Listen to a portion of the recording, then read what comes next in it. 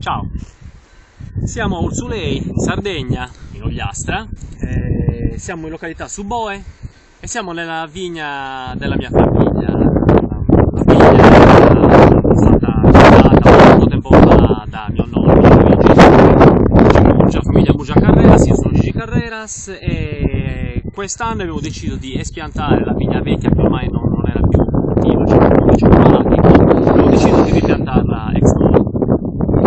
Abbiamo piantato 465 barbatelle di vite da vino, delle quali 415 di Cannonau e 50 di Muristellu o Bovaleddu. Siamo nella prima fase di vegetazione della vigna. Come possiamo vedere, avviciniamoci, le barbatelle hanno attecchito, sono quasi tutte germogliate, possiamo vedere una ripresa lungo tutto il filare. Adesso stiamo operando una pulizia dell'erbaccia che sta crescendo, dopodiché faremo una aratura. In particolare interessante perché si vede qua che nella barbatella c'è un punto, al di sotto dell'innesto, c'è un ritorno di germoglio della vite americana che naturalmente provvediamo a staccare perché toglie nutrimento alla vite.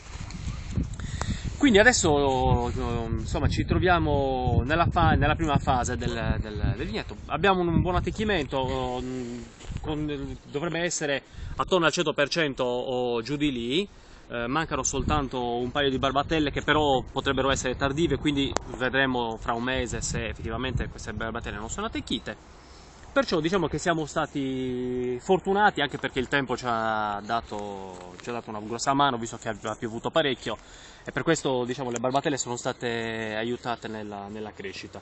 Adesso continuiamo a pulire il vigneto e quindi diamo appuntamento tra un mese, quando incominceremo a fare la potatura al verde. Alla prossima!